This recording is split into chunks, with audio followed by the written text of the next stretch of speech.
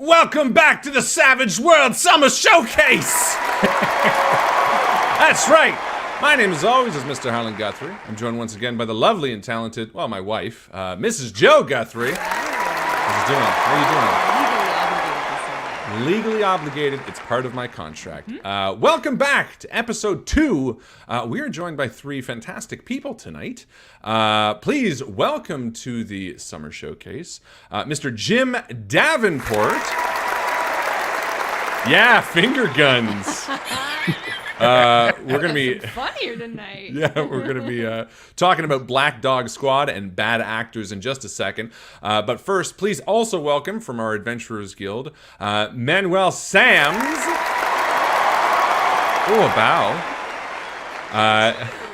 From Veiled Fury Entertainment. And, of course, the person who you may not need any introduction, Hugo Award-winning colorist as well as overall fantastic artist, Mr. Cheyenne Wright. Oh, didn't see you there.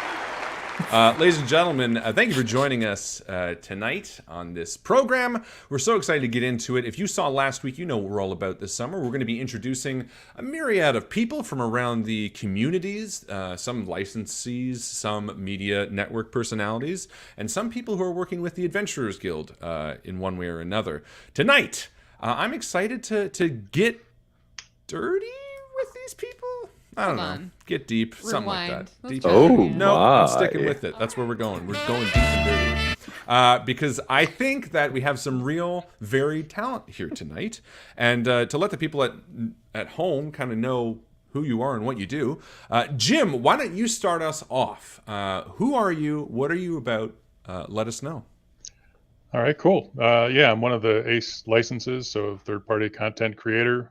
I started publishing stuff in 2004.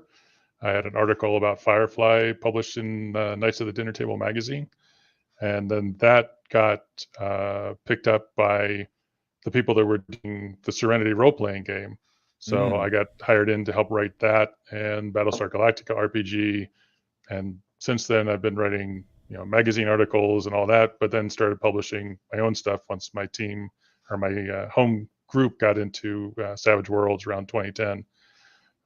So I got a whole bunch of different things out, but the latest stuff is Bad Actors and Black Dog Squad, which I'm pretty excited about.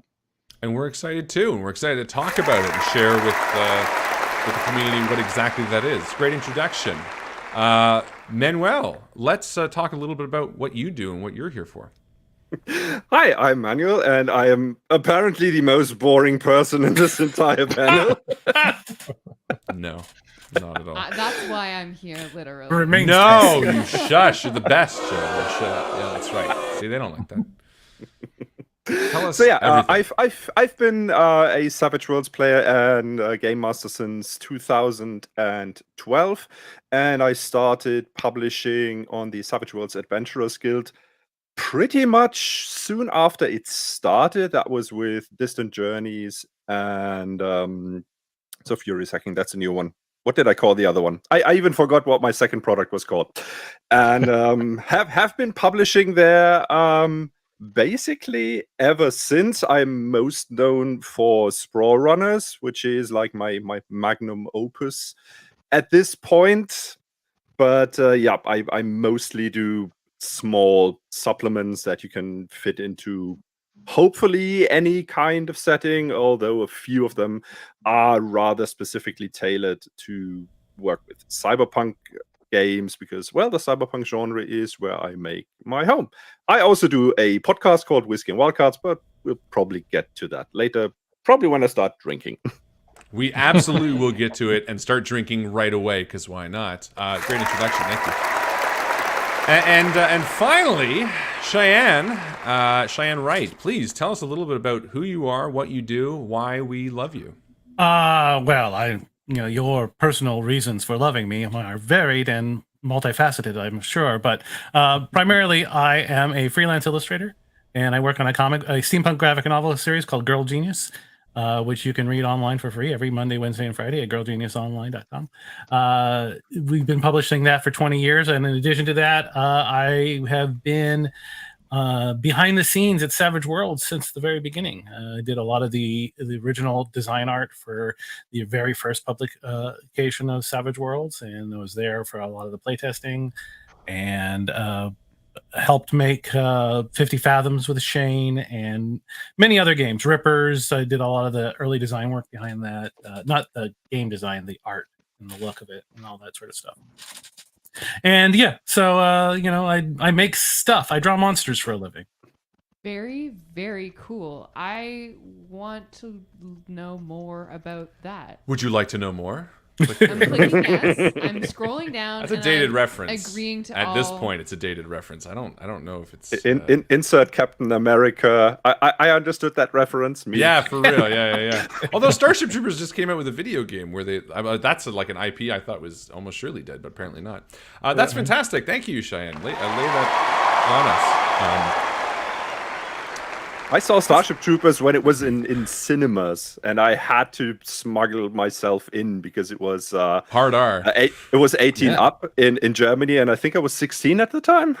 Yeah. Well, Paul Verhoeven doesn't mess around with squibs. It's always a lot of fun to see how gory those movies get, despite sometimes not being action movies at first, but they turn into it.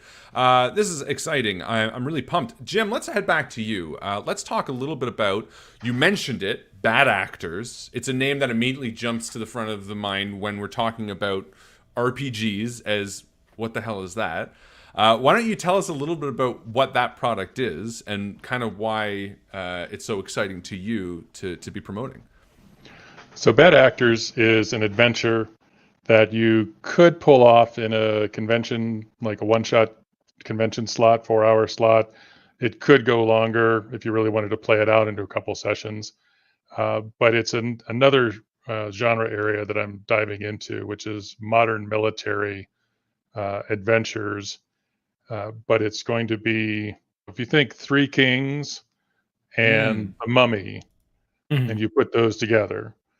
Now, Bad Actors is that, you got to start your horror with establishing the normal. So Bad Actors establishes the normal, which is, okay, you're soldiers, but things are pretty dark behind the wire. There's crime, there's things going on that you get pulled into, you got to deal with. So that adventure sets the stage there, and then it leads on into stuff where, okay, yeah, we're in this foreign land and we're in this war, we're disturbing things, and things do not want us to be here, and that's when you start slipping into the horror supernatural. I was gonna ask about the content, because talking about like a modern military RPG, I feel like, I don't know, maybe it's just the like kind of pacifist part of me, like the Canadian.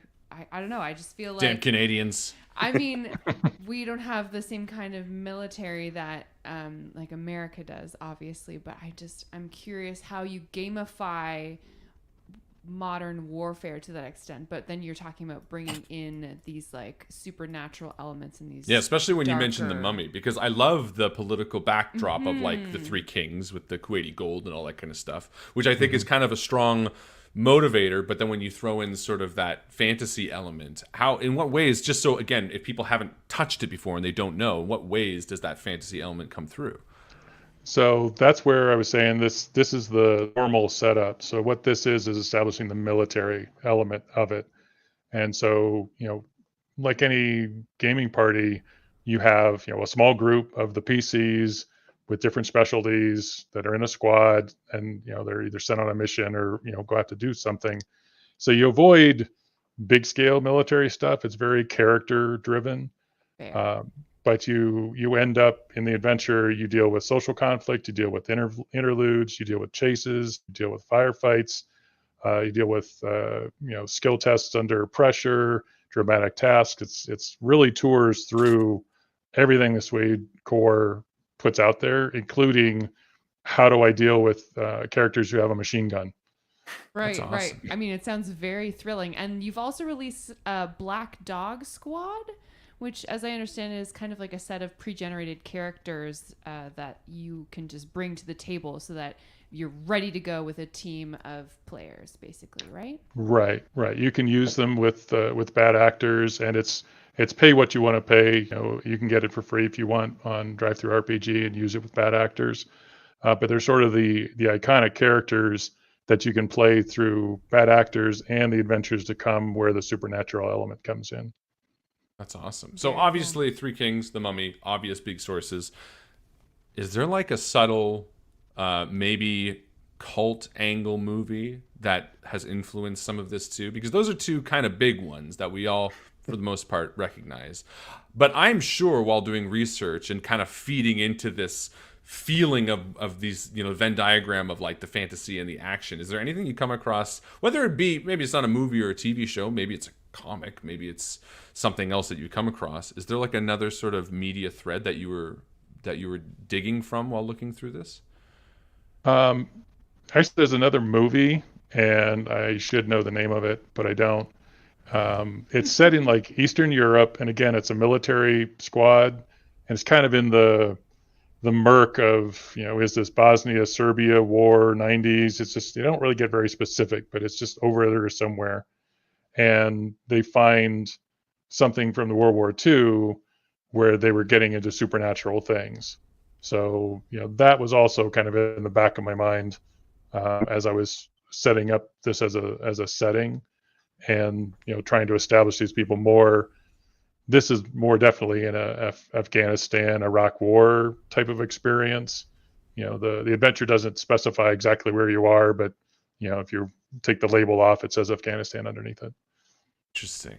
That's fantastic. That's very exciting. I love when there's an overarching conflict like this, but the what you're working on is the meat of the interaction between the squad. You're kind of learning your characters and the way that you can overcome those sort of issues as you're playing the game, rather than just straight up pushing the overall narrative. I think a lot of GMs, especially and supplements, forget that. They forget the two pieces of that pie.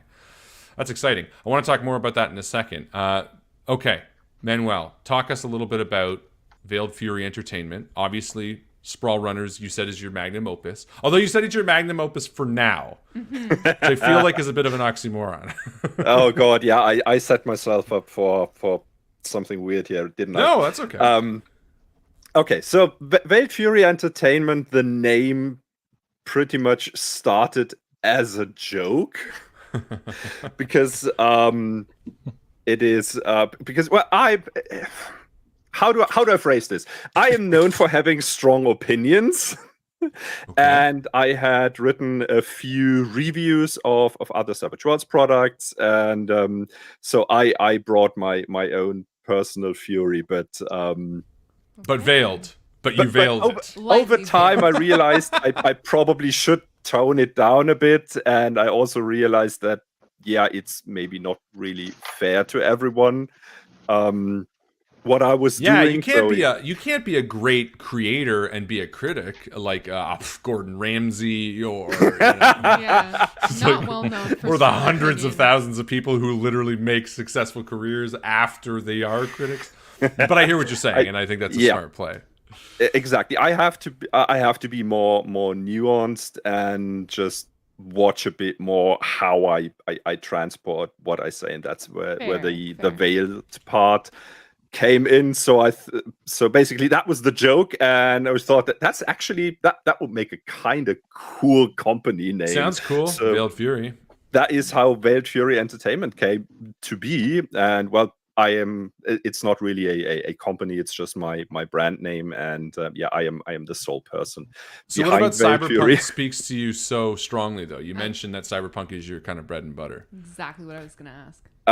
Because I'm mostly a sci-fi person. I play fantasy when I have to, and nobody runs anything else. But I am really more at when home I have more fun. playing. If I have to, Yeah. I'll be a dwarf. I'll just hide my Hey, fair. giants and Yeah. unicorns. But and... to each their own. I get it. I totally I understand played that. through the entire Sundered Skies plot point campaign, and I had a ton of fun. So it's not like I crap on fantasy. It's just So- I have way more fun when I play sci-fi, and sci-fi is reasonably well represented in Savage Worlds, or at least it was in Deluxe. And Cyberpunk wasn't. There was basically Interface Zero, and Interface Zero had a great setting, but I didn't agree with a lot of the mechanics, of which I had some great talks with David Jarvis about it. And we are of the same mind, but we have very different approaches when it comes to mechanics. So at that time, I also had a reasonably successful Shadowrun Savage Worlds adaptation that I was working on, which is called Savage Shadowrun 2nd Edition, because Shadowrun 2nd Edition is what I grew up with. And then Swag came along, and a few things happened in the background, and that got reworked into what is basically now Sprawlrunners, because I like playing Cyberpunk. That was how I like to play Cyberpunk, and I thought, well, that could probably be a good generic product for people to run Cyberpunk. A lot of times I saw people asking, okay, I want to play Cyberpunk and not the setting of Interface Zero, or just I want to play setting X, like the big names like Shadowrun, everything. What can I do? What can I use in Savage Worlds that does that? And the answer was always Interface Zero, because it was basically the only option at that point. And I kind of wanted to give people another option besides you do it yourself. If you want something that the thing isn't offering, you just make it yourself. That's how great things are created. I totally get it. Cyberpunk though, like is it the political intrigue? Is it don't get me wrong, many people love it for obvious reasons, but what does it mean to you? What's the thing that really clicks?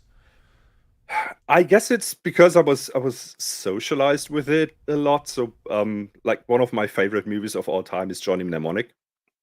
Really? Yeah, I love that movie. That's surprising.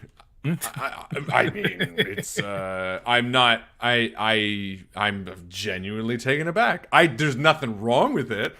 Just it's never a movie I would assume someone would say is their favorite, but that's great. I remember that. Oh, and Henry Rollins. Yeah, it does a great job in that one. Yeah. It's an interesting pick, but great. I'm happy for you. So why is that movie your favorite? This may be a bit of a catch-22, but it's my favorite because it is one of the earliest Cyberpunk movies after I got socialized with Cyberpunk through the grandfather of Cyberpunk, William Gibson and Bruce Sterling.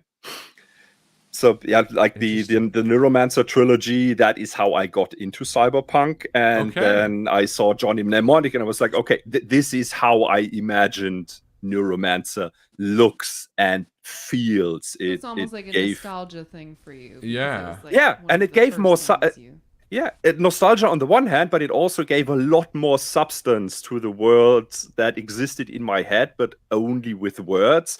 And now suddenly I had aesthetics, I had sounds, I had, not smells, but I could imagine through the way the movie was portrayed. I could really imagine like the hotel it smells of disinfectant and that weird aroma they spray around so you don't smell the disinfectant. And then they get to Newark and it's just trash and burning electronics. And the movie really, really made it more real to me. And ever since, I've basically been hooked with that whole... Very cool. Yeah, it's great. It's fantastic. So the Sprawlrunners product... It looks to me, from what I'm reading here on the Drive-Thru RPG website, to be largely about rules for playable species, different rules for hacking, optional rules for magic. Do you get into some world-building stuff for the people who are reading, or do you mostly leave that sort of stuff to their own imagination? Setting is completely up to the people using Sprawlrunners. You can technically run Sprawlrunners out of the book. there is enough left over in there from back when it was a Shadowrun adaptation that you can just take that, and if you know the cyberpunk genre, you can just pick up Sprawlrunners and run a very generic cyberpunk game. But it's intended to be used as a toolkit with a setting you build yourself or you take from somebody else who has already written one. Or a movie, like Johnny Mnemonic. Absolutely. Yeah, pretty much. Keanu Reeves. Yeah, you leave out the magic, and you can play Johnny Mnemonic. Whoa, Absolutely you never no problem. leave out the magic. When you have Keanu The magic Reeves, isn't here. There's just inbuilt magic. Keanu Reeves brings the magic. That's right, he does. Awesome. Cheyenne. Yes. You are our media network rep. Why? I don't know. Oh wait. It's probably because of the couple of the shows I do, live shows I do on Twitch. Yeah. And yeah, I've been working with a streaming group called Valore Studios, and I did a fantasy show for them. I do like doing short stories. I did one that I created called Dungeons of Discordia, which is your classic sort of D&D thing, but in a world where the god of chaos won the war with all the other, killed all the other gods, and got to remake reality in her image, and it just turned the entire world into a vast dungeon with no exit. And That old chestnut. Yeah. and then there was last year I ran a Deadlands game called set in Missoula, Montana, which is a fun short limited series. And then this year, starting 2 nights ago, we ran the first episode of my Gilded Age space opera called Axion. Hey, 2 nights ago premiere. Yeah. There we go. It went really, really well. We're doing an experiment here where instead of live streaming the show, we are actually pre-recording the show so we can clip out a lot of the ums and ahs and technical hiccups that happen, and then cutting it down into a nice quick 2 hours or so. And then, but when we air the show on Twitch, we're large portion of the cast is there in the chat, interacting with the people that are watching it and making our own jokes and kind of keeping up with everybody else. So you do kind of still have the live show, but then you're making a polished version of it after. Yeah. Okay.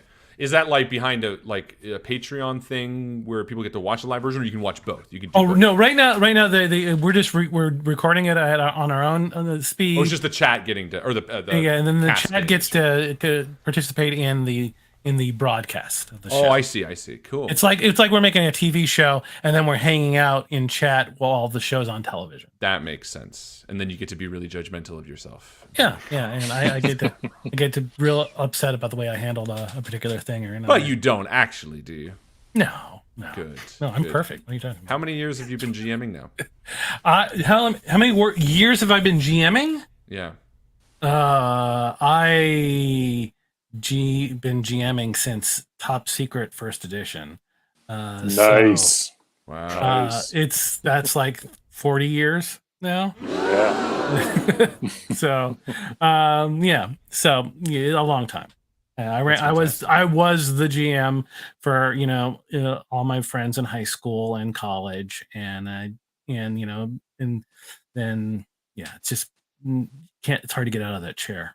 Forever GM represent. Yeah, you don't want to get out of the chair, really. Being a GM is kind of awesome. It's the best chair to have. It's the best, comfiest chair to have that people Yeah, usually. it's pretty nice. The few times I get to be a player in other people's games, I am an agent of chaos.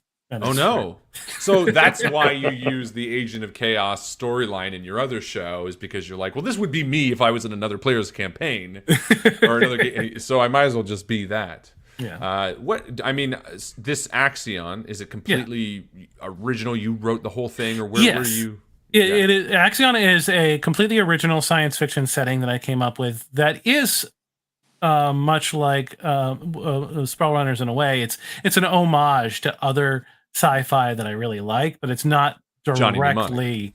Everything stems. Everything comes back to Johnny. It's all this particular. There's different eras in Axion which pay reference to different different science fiction shows that I really liked. Were particularly there's real heavy Star Trek and Star Wars, elements to it and all that sort of stuff. But it is set in a Victorian pastiche of a universe where there is, with a Victorian level of science and magic that's kind of interwoven in together as one thing. These people view magic as just another discipline of science. And How fun is that?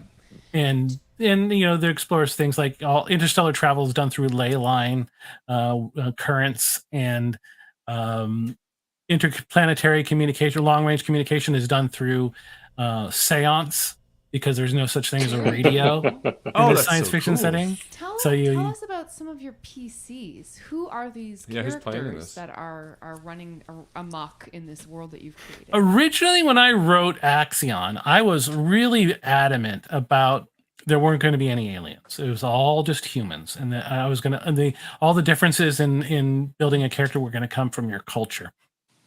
And as I would explain Axion to people, they'd get super excited. And I get to that part of it, and I explain that, and I could just see the light kind of like fizzle out in their eyes. And like everybody wanted the chance to play some sort of weird alien race. And I was like, and eventually I resigned myself to starting to let that in. And once I did, once I put a crack in that, the floodgates kind of just broke through, and I just started making up all sorts of new alien races and stuff like that. So we have these sentient plant race people called the Nari, which are really good at seducing and influencing the minds of other biologicals through their pollen magic. And through these mind-altering pollen that they can create. Very cool. And then we have these squat little, which are sort of my space dwarves, but they're these little beetle people that are very long-lived, but and very studious, worker, really good with working with stone and all that sort of thing. But they're they're insects instead of like little short guys with big beards. And I have sort of a minotaur-like race that humans that first encountered humans, and they're the first ones that we, the first aliens from outer space we ever met. We thought they were demons when we met them because the red skin and bull horns and all this sort of stuff. Oh, like Childhood's End a little bit. Yeah, exactly. Very much so a reference to that. That's so funny because I remember when I read that book, I was kind of like totally blown away by this concept that who did that? Arthur Clarke? Yeah, I believe so. Yeah, that concept that like, the reason we perceive demons is because they're aliens. I'm so angry that you thought of using that as a playable race in the game before I had, because that's so fucking cool. Oh, there was our one F word. Damn it. There we go. PG-13 working. That sounds amazing. I put a lot of little references to other, great moments in science fiction. Like H.G. Wells' First Man on the Moon features a very old science fiction story, and in that they feature a guy named Dr. Calver, who invents like an anti-gravity device, right? And in my Axion, all ship hulls, all the ether ship hulls are made out of calverite, which is basically from the H.G. Wells story. Basically, this metal alloy that can, when you vibrate it with the right harmonics, it repels gravity. That's amazing. That sounds like so much fun. Your players must be having an absolute blast. It's a lot of fun. And if they're not, get me in, and I will take over. I'm happy to play this. This sounds like a fun. And then let's see, the other alien race. I think there's two. There's the Strasa, which are fish people, and they come in a whole bunch of different kinds of fish people that are very stratified society. So there's the warrior class and the noble class and the science class, and those are each different kinds of fish people. And then there's the historians. White wine sauce, like a red wine, a reduction. And then there's the historians, which are clockwork people that used to be living humans or other races that have given up their mortal forms to have their minds kind of like programmed into a clockwork devices so that they can live past 300 years. That's which is awesome. The hard limit that's imposed in the Axion Empire, because they don't want people like hogging all the resources. Well, that sounds like an absolute blast, and I'm really pumped for you. This is every Tuesday at 8? Yeah, we're doing I'm just dipping my toe in the water with this concept, seeing if people like it, kind of thing. So we're doing 4 episodes. Nah, they don't like it at all. We're doing 4 episodes. The next 3 weeks. We had one on Tuesday, and then the next two Tuesdays. And then there's going to be a short break, and then the 4th episode comes out about 2 weeks after that. That's fantastic. Give a round of applause, because I can tell that the audience would want to clap. Absolutely. That's great. Jim is in and out, so I can't move to him yet. Let's go back to. I think he's having some internet issues, unfortunately. Sorry, Jim. Sorry, Jim. When you come back, we'll ask you another question. But let's talk a little bit more about this cyberpunk setting that you're excited about. Sprawlrunners is obviously, as you said, your magnum opus, but you also sort of hinted that it could be your magnum opus for now. What's coming in the future? What are you cracking away at something that's kind of keeping you jazzed right now? You know, obviously, especially listening to people like Cheyenne, who's obviously somebody who's, I can see the tendrils going off into the many different pies that I'm sure you're excited to play in world-wise. Are you the similar way? Do you have other sort of back burner projects that you're excited about? So one small correction: Sprawlrunners is not a setting; it's a toolkit. It doesn't have any setting material in it. Yes. Sorry, that's just a pet peeve of mine, because I get that. No, you're so right. You're so right. Often. Are there any other toolkits or settings that you're interested in creating? So yeah, funny thing actually, I am currently. Okay, so back when I released Sprawlrunners, I thought about releasing a follow-up book, which was to be titled Running the Sprawl, which was to be a guide on how to use Sprawlrunners in a setting if you build it yourself. And that will not happen, because I tried to write it, but I just couldn't. It's like, I don't know if it's writer's block, probably not, because I wrote so much other stuff in the meantime. It's not something I had fun writing, so I just couldn't. So I switched back to making more small supplements. So that is the first thing I'm always working on. I'm always working on the next small supplement. And I have so far released 2 of them already, Furious Hacking and Furious Magic, which are, Furious Magic is an overhaul of my take on no PowerPoints magic. I had one version of that was in Sprawlrunners, and Furious Magic is, it's not really an overhaul of that. It's a completely different approach. And Furious Hacking is the spiritual successor to fast lane hacking, which is one of the 2 hacking approaches that are in Sprawlrunners. So my current plan for small supplements is to just revisit all the things I had in Sprawlrunners and see if I can make something better or different. Sprawlrunners was the best thing I could write at that time, but ever since then, Sprawlrunners was released in 2020, and since then I've still learned so much, and I have grown so much as a game designer, if I can call myself that. So you can call yourself that. You've earned it. Okay.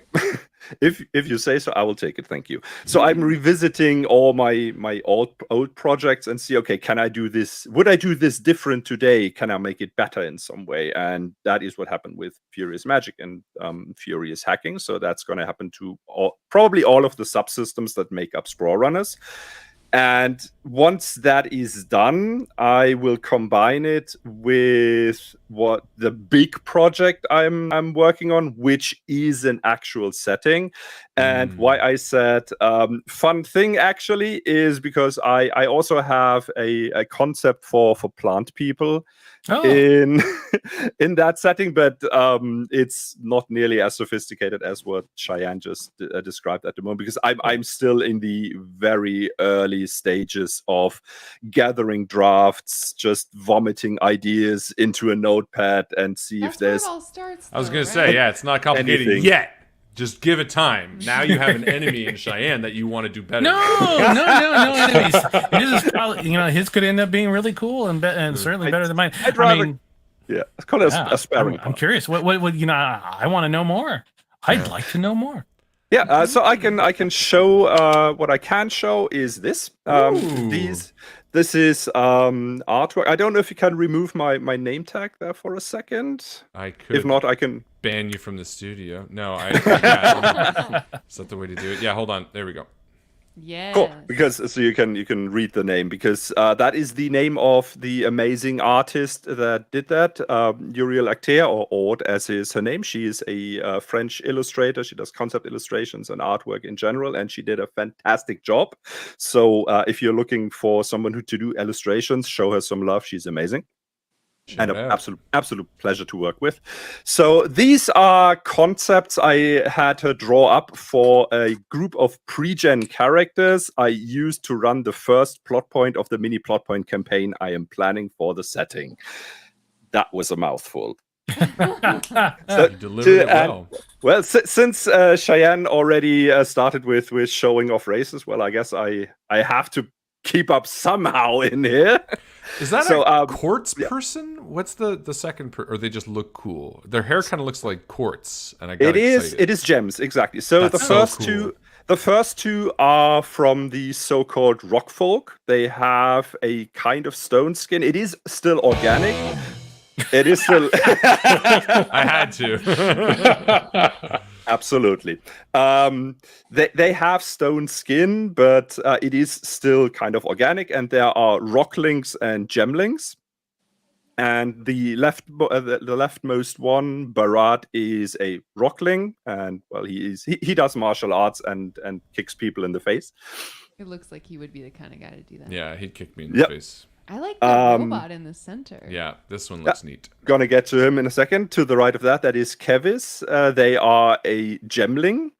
And they are also rockfolk, but they grow gems out of their skin, which the gems are part of their skin, and they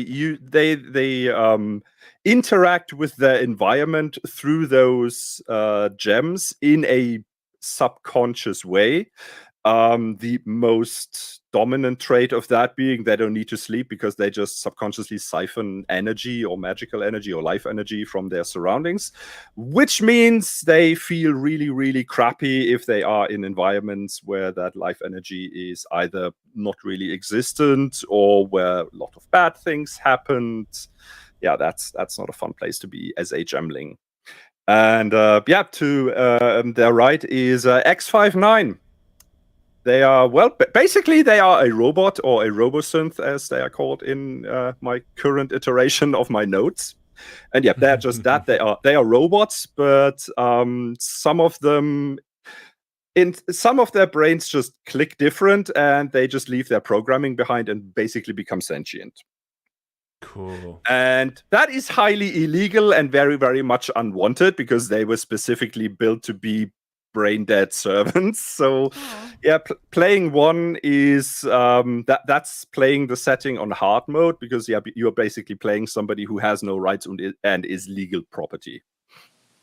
Okay. Same with the guy to their right. That is Joe 25, and the name is kind of a hint. Yeah, he is not a person. They look humanoid. They are if you want to play a human in that setting, this is what you need to play, but they are not humans. They are also synthetic life, but instead of being built like the robosynths, these guys are grown in basically big vats. So think replicants.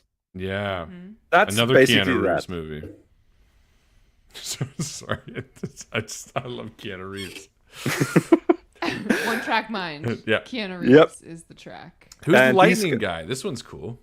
Yeah, the other two guys are of the so-called plant folk, and there are two varieties of the plant folk. There are rooters and bloomers, and the left one of them, his name is Shadim, and he is a rooter, which you could see if the illustration was big enough. This is like, I think, scaled down to 15% of the illustration size. It's insane how huge it is. He has small tendrils on his feet, and their hair is also very well tendrily and rooty. And rooters, so the different plant folk have different ways of sustaining themselves. The rooters have to spend time basically planted in nutritious soil. They also eat and drink like regular humanoids as an addition, but they need to be rooted for a specific time every day in soil.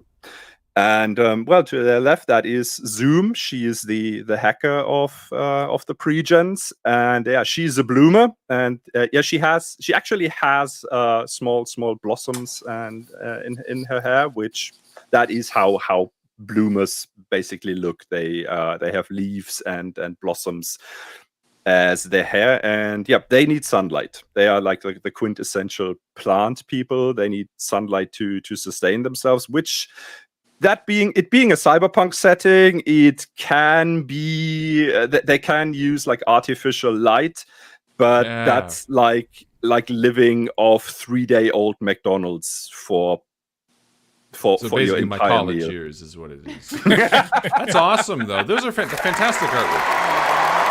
Very cool. I didn't know it was show and tell. I should have prepared. It was. Well, we're going to show more of all of this, but Jim is back temporarily. Jim, how are you doing there? Man, technology is trying to kick my butt.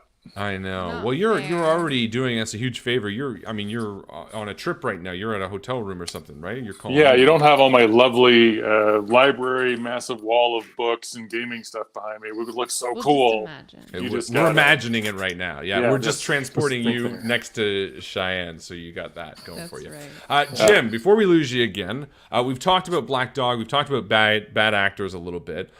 Is there something else that you might want that you're working on? What's the next stage of your sort of creative journey right now? Is there something we can be looking forward to?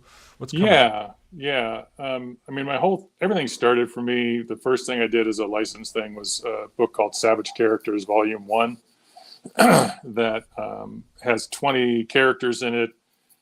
Full color, full body portraits, build advancement trees, the like 5 adventure hooks each, just really rich stuff. And the 20 were divided up into 4 mini settings. So I kind of created these sort of mini jump starts in that book. So there's some setting rules, there's some background, locations, and just the characters themselves sort of weave you into that. What I've updated that to Suede. That's now available. But what I'm doing is I'm writing adventures for those mini settings. The first one of those was Colonel Bull's Body, which is for the Six Guns and Ghostlands setting, which it doesn't use anything from Deadlands. You could port it over fairly easily, but there's a lot of different takes on Haunted West, and that's sort of my take on it. So I've got an adventure planned for each one of those. One of the settings is Dark Ages and Dragon Gods. So if you imagine, the end of the Roman Empire, but there happen to be fantasy races and magic, and a dragon shows up, decimates the Greeks, saves the Roman Empire, declares itself a god, and sets up in Rome. So it's now running the Roman Empire. Wow. So that allows you to delve back and say, well, we want to go to Egypt, or we want to pull in this real world thing, but then deal with it in the twist of what this empire is. There's Theta Ships and Iron Men, which is my space opera take, combined with my love of Napoleonic British naval adventures. Wow. So, it takes another, it's theta space instead of ethereal, travel, but a lot of the sort of space opera tropes are there. The adventure I have planned for that is called Last Flight Out. So you're on a colony that's being abandoned by the equivalent of the East India Company. So you have to, hustle and struggle to get on one of the ships that's actually going to leave before, nobody comes back to this place. And then the last one is Demon Streets and Made Men. So, imagine the, sort of the prototypical 1970s, completely corrupt New York crime thing. And then, demons and horror start coming through, and the only people around to fight them are the mobsters. So you've Cool. got mob soldiers, fighting off different kinds of demons, and so there's different demon species that they come across. And the adventure that I Wow. have planned for that is called Come Hear the Music. So the niece of the mob boss has gone off to Woodstock. So, a bunch of the soldiers are sent in a Cadillac to head up to whatever this hippie thing is and get her back. But, there's nefarious supernatural things occurring.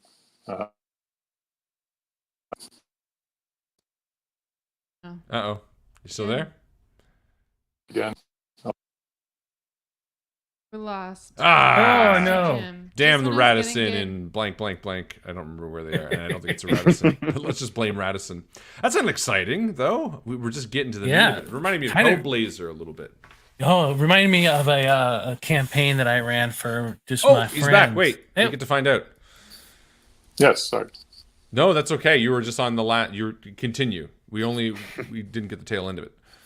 Oh, yeah, just the Woodstock Yeah. adventure and dealing with somebody who's trying to use mind control over the masses and tap the energy of Woodstock to do something, really big and evil. Devious. Iron Butterfly. What Cheyenne was saying that it reminded them of something as well. What were you going to say? Oh, I ran a campaign about 4 years back called Twilight Empire, which was set in 1920s New York, and in the gangster mafia sort of milieu, but with the twist that the Great War had driven out a lot of the various fairy kind from Europe, who had all come to America as immigrants, and that's cool. that they had joined into the various neighborhoods as toughs and other special agents for the various gangs that were there. So like Down a Hill Kitchen, which is primarily Irish, was all full of like Irish mythology, and and then I delved into like Italian mythology and sweet. all these Cool. different creatures from these different belief systems that were like working now as part of the underworld for the mafias, for the various That's cool. crime families. Very It was a cool. fun. Very It was a cool. fun adventure or Sounds like a campaign. blast. Jim, just sorry to go interject. Tell us about this Savage Community Survey. Oh yeah, this.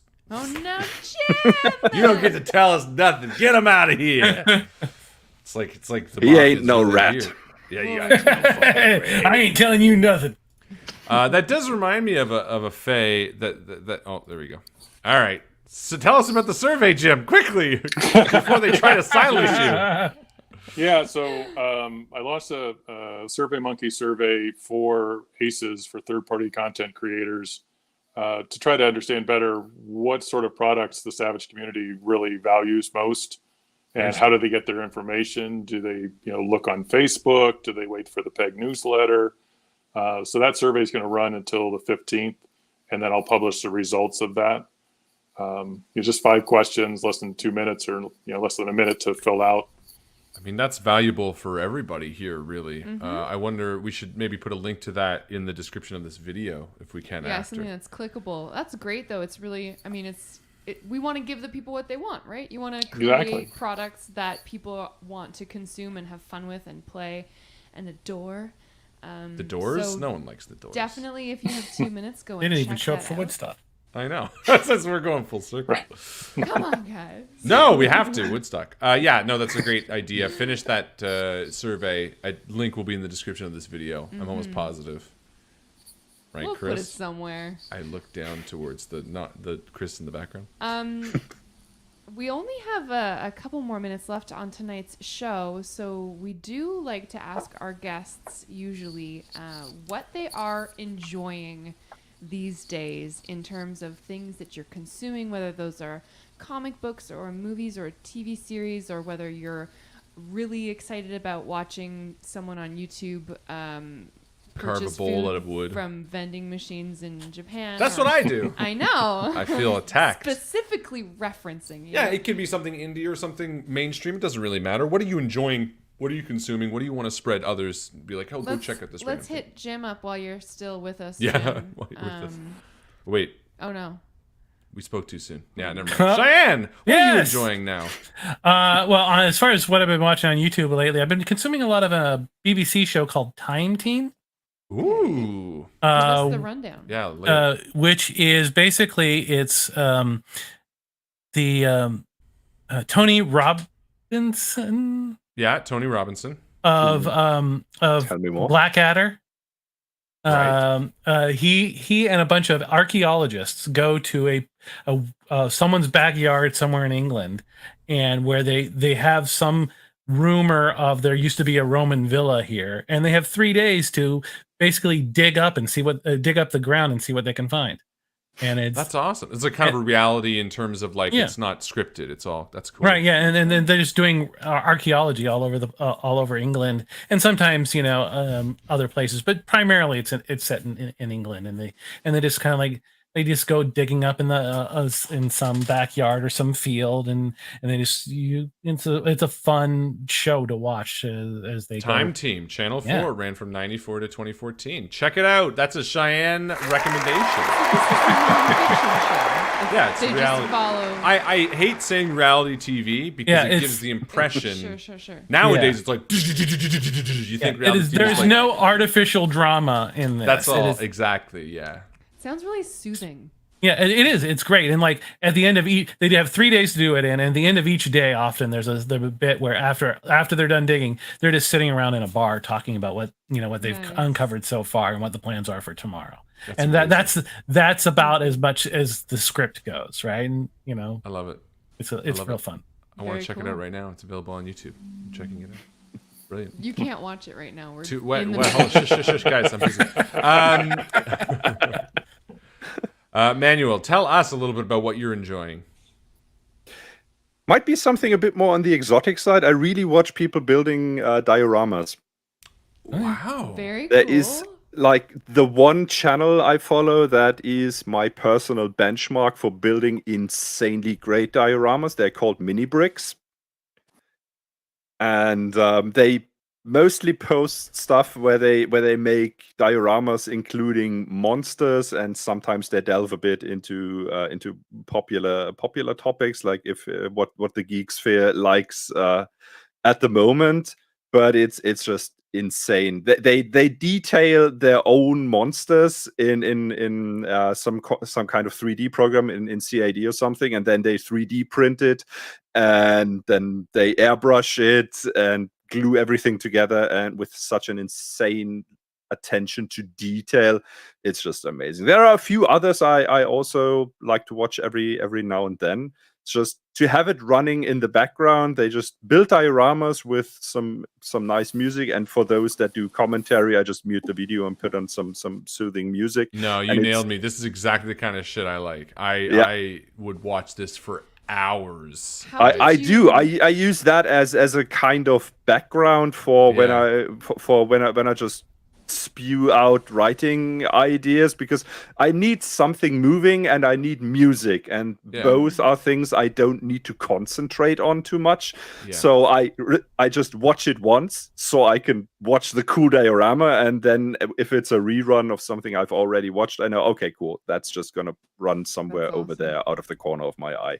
How did you find it? How did you get on this track? Do you remember, or is it just through a rabbit hole that you Somebody posted a video of the Mini Bricks channel on another Discord I'm on, and I watched one of their videos and blinked, and suddenly it was 4 a.m. and I had most of their backlog cleared.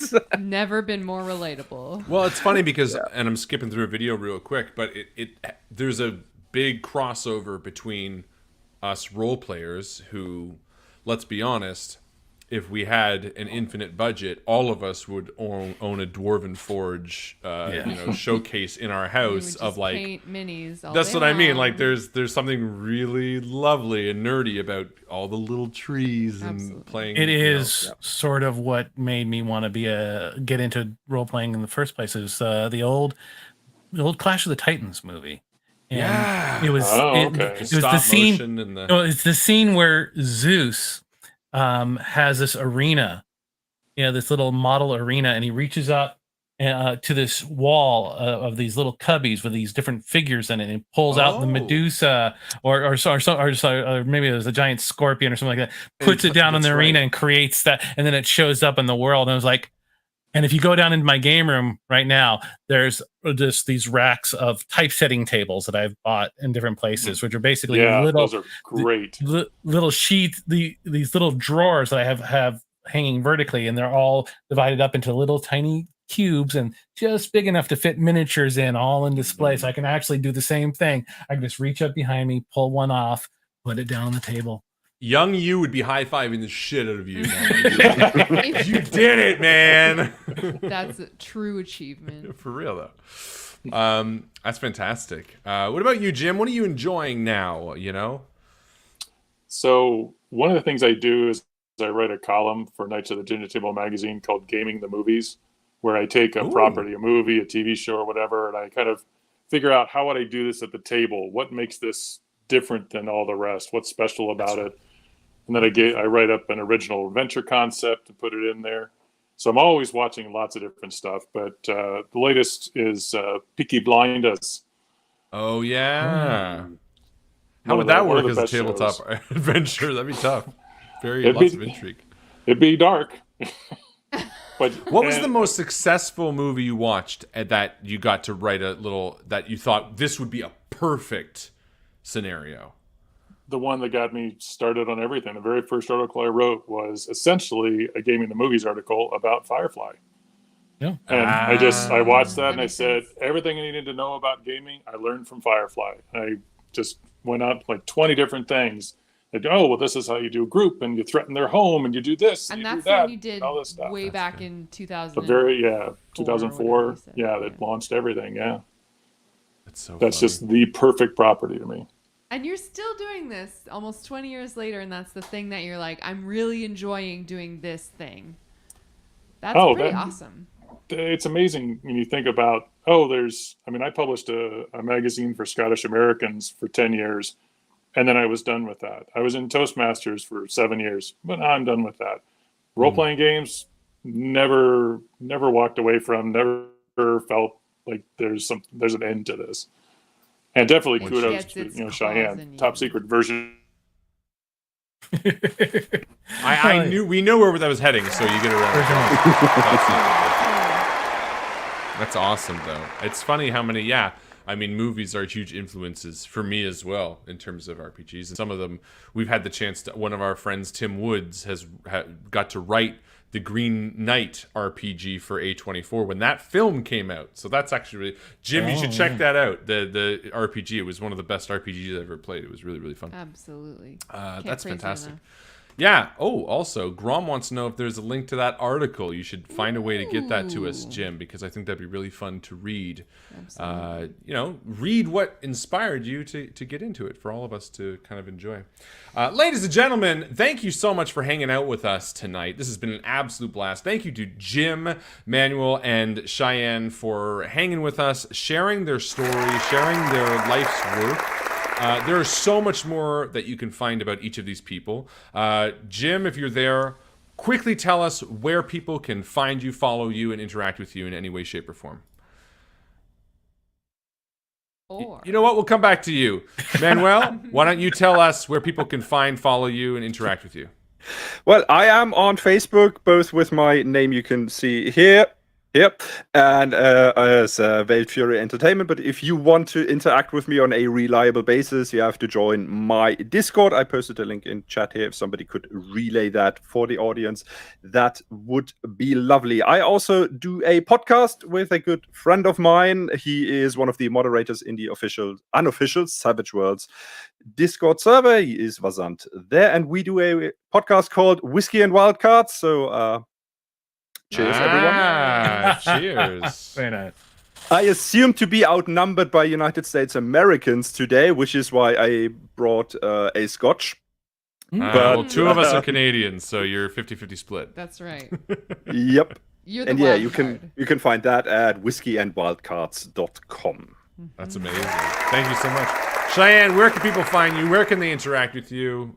Lay it on us. Well, okay, if you want to see any of the art that I do, or just that sort of stuff, there's my website, which is sort of more of a portfolio site, but a whole bunch of stuff is up there, including a whole bunch of very inexpensive virtual tabletop things I've been putting up there at arcanetimes.com. And then there's, if you want to interact with me, I would recommend Twitter at Cheyenne Wright. And of course, if you want to follow along with more about Axion, the channel there is twitch.tv/Valore Studios. That's Valore with an E at the end of Valore. Amazing. And and that's we're gonna have new episodes for the next couple of weeks, and then the fourth episode in about 6 weeks, I think. Yeah. Taking a little break, and you'll have Harlan Guthrie as a guest star in episodes. Yeah. And hey, if we get a lot of viewers, I'm gonna do more shows. Yeah. And if I'm doing more shows, I might need new crew because I might kill off this current one. You're gonna need a Canadian crew for sure. Don't tell them that. Jim is back here. Jim, where can people find you? Where can they follow you? What's the easiest way to get in touch with you? DragonLairdGaming.com is the easiest thing to say, and there's a link on the top to join the community that goes to my new Discord server, and that's where I'm really focusing, all the interaction. But there's a bunch of free content on the website, material about all the different settings and the different products and stuff. So that's the best place to go. Fantastic. And then obviously, pretty much across the board, drive-through RPG is an option for everybody. Yes. Everyone has various things on there in one way or another. So make sure you check out all of these wonderful people. Go spend your money. Go spend your hard-earned dollars and all of this stuff. Because, life is short and you should never have money. Just go spend it on things you like. Get that Dwarven Forge thing you want. Don't talk to your partner. Just buy it. Where can people find you, Harlan? Wherever they want. Probably here. The Invictus stream. We stream every Wednesday at 8 o'clock. I have a show called Malevolent on the Rusty Quill Network. You can listen to that. We also have a podcast called Dice Shame, which is soon to be on the Rusty Quill Network. You can check us out. Every Wednesday we release episodes. Thursdays we release episodes. You can find us everywhere. You know what? Look, if you want to do the work, Google my name. You do the work. Joe and I work together on everything, so that all applies to her as well, too. That is it for us, ladies and gentlemen. Have a wonderful weekend. What day is it? Thursday? Weekend. Let's just call it a long weekend. Take tomorrow off. Tell them I said so. Colin's sick. Colin's sick. Have a wonderful weekend, and we will see you next week on the Savage World Summer Showcase. Bye-bye.